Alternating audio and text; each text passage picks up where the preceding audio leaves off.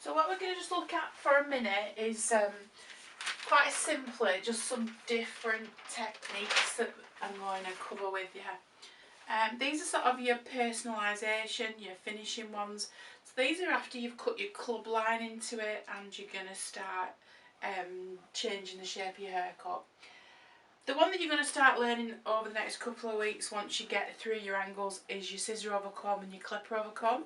Little bit too long for me to show you, but what I want to show you is how you would reduce length with scissor over comb.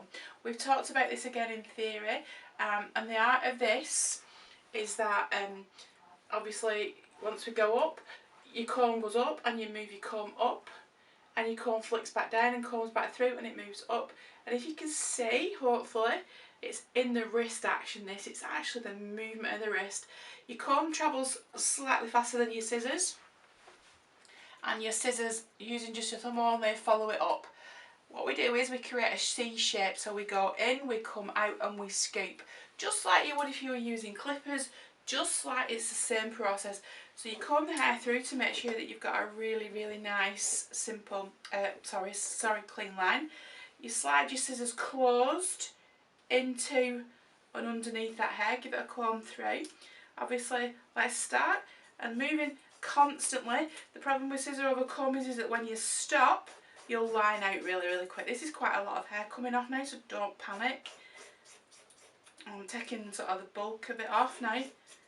But my comb is still moving, even though you probably can't see it. My comb is still moving, but you'll actually see the bulk starting to come off now. Okay, so that's your scissor over comb. Remember, it's a constant, and it is definitely both hands moving, and it's definitely in the wrist action. So you'll be able to see now that there's a lot of hair come off. You still created a graduation by doing this, and this is a really, really good way of removing bulk. Okay, there's a lot coming off, and don't panic. This is absolutely purely practice. This is one of those things that you will get used to doing. You're still creating a 45-degree angle when you do it, because you're scooping away with that comb. So you can actually see that 45-degree angle created in there. The bigger your comb, the bigger your scissors. Watch what I've just done. So 3 pairs of scissors. You see? Okay, these are the ones that I use for cutting. These are the ones that I use for removing bulk with, if I'm scissor over combing, and these are sort of my general ones. Talked again in theory about crane handles, straight sets. Yeah. So I've got a 7-inch pair of scissors. If you watch what happens, this is why we use bigger scissors. You actually get a cleaner action once you get going. When you start scissor over combing, the bigger your scissors, the longer your comb, the easier and the faster that will come to fruition. Can you see already there's a lot coming off? It's going down really, really fast. I've removed a lot of bulk and there's a lot of shape in it still. Okay, so the same thing is with your clipper over comb. I'm going to change my comb, so I'm going to use a white clipper comb. Clipper combs come in different colours. The reason I'm going to use a white one is so I can see where I'm working. If I use a black one, I can't see quite as well. Okay, so I'll work on the same, I'll work just behind it, so hopefully you can still see it. So when you turn your clippers on, the adjustable arm needs to go, if you push it up, you've got your 0.5, and if you push it down so it's closed, you're on a 0. Okay, so I would have it just ever so slightly open, not a lot. Clipper comb, turn them on. Obviously, if you're corded, you're gonna, so it's the same principle. Make sure that you comb through. You've got to keep it moving, because if you don't, you line out. So I'll start at the bottom, and we go up, and we come up. At the bottom, moving it up. Perfect for removing bulk quickly, but again, you do have to keep it moving, because if you don't keep it moving, it will just line out and you'll ruin your haircut. Somebody asked me the other day when we were chatting, is it easier to sort of, if you want to remove a lot of bulk, put a number 8 guide on as an example? To be honest, it's a very, very easy way, it's a very lazy way of doing it. However, once you get going with this, as you can see, I can go down really, really short with this. You see what I'm doing? So I'm down now possibly as short as I would be. It's not lined, it's still got a 45-degree angle in it, so that's your clipper over comb. So your scissor over comb, your clipper over comb. The difference between the two of them is that when you're doing scissor over comb, it's a lot softer finish, and what you tend to, some people will, your clients will tell you, or what you will find is, as you get better and better, or you get more and more into trade, you actually get a softer finish when you scissor over combed. Okay, it's because the hair just grows back gentler and softer. So it's really now good. I can actually take a haircut down as short as you can take it with a pair of clippers with guides on, and all I'm doing is using the combs. Okay, so my combs, so I'm now taking some of this beard away because this beard is really getting on my nerves. Oops, sorry mister Bob, that really hurt you then, didn't it? Okay, so again, scissors in, close, comb follows in, and it comes up and it comes through and back down, up, scooping out, back down. So two different techniques there that have given us quite a short finish. Okay, it's still very graduated, it's still on a 45-degree angle, and you can still see where you're working. You can also use your tapering scissors when you do this, and this is where we're going to start looking at texturising.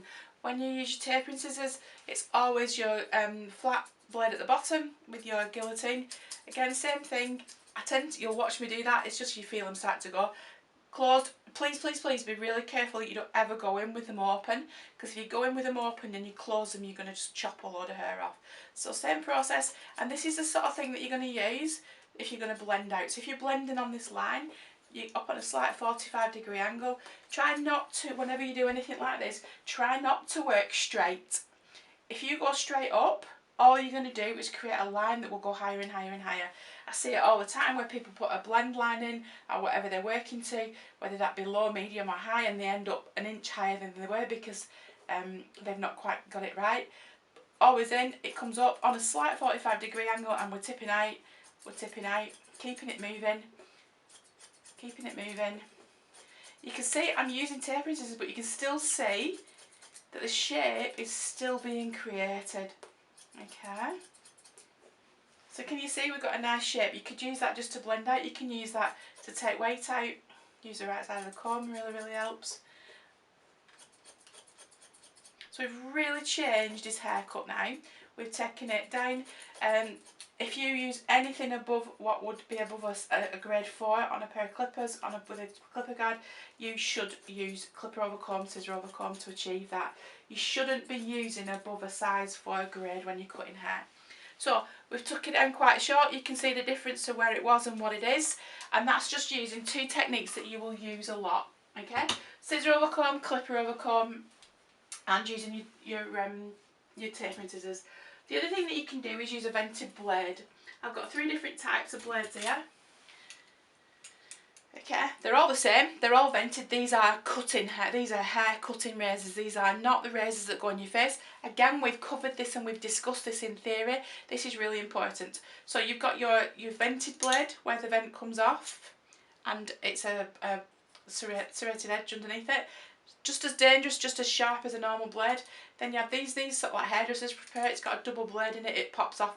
Not my weapon of choice, but I do just got one to show you.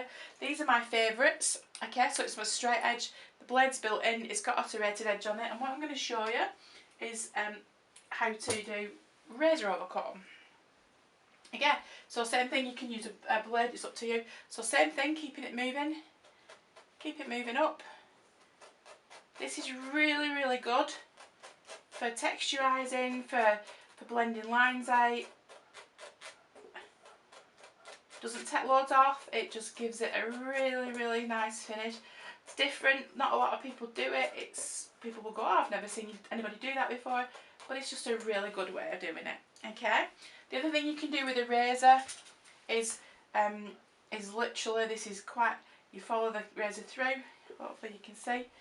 I'm not taking anything off just so that you can see. So you comb through, the razor follows, you comb through, the razor follows, and you have to do it quite quickly. You have to be very careful when you're doing this, because you can very quickly go in and take a lump of hair out. Okay, so 3 or 4, all based on scissor over comb. It's all the same movement. It's all that moving, keeping it moving. The main thing that you've got to remember is whether you're using a pair of clippers with guides on or